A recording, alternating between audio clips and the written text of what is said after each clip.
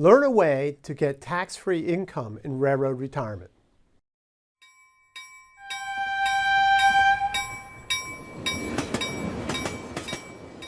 Welcome everyone to another edition of the Highball Advisors Railroad Retirement Whiteboard.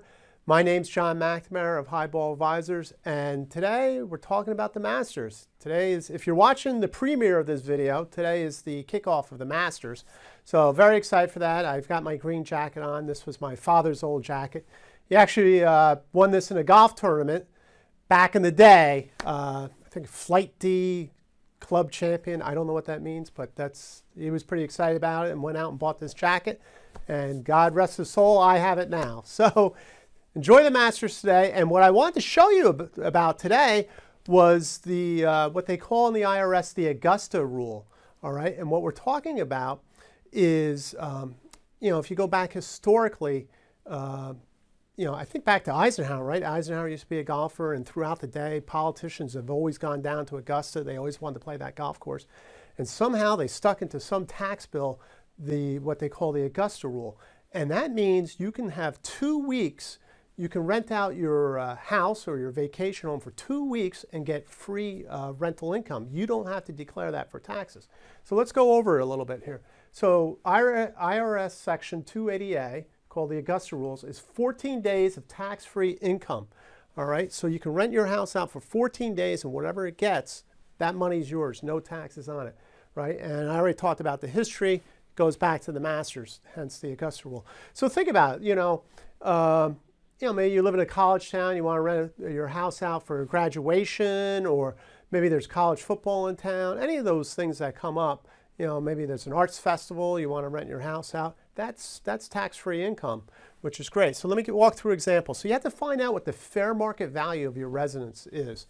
So you can't say, well, it's $2,000 a day, and I want to take $28,000 off my taxes. No, you can't do that. So figure out the fair market value. A great way to do that is probably Airbnb, something like that, along VRBO. See what places of similar size and scope are going for.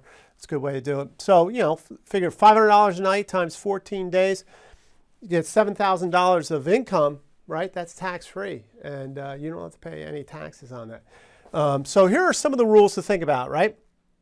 It can't be your place of business, right? You can't rent that out.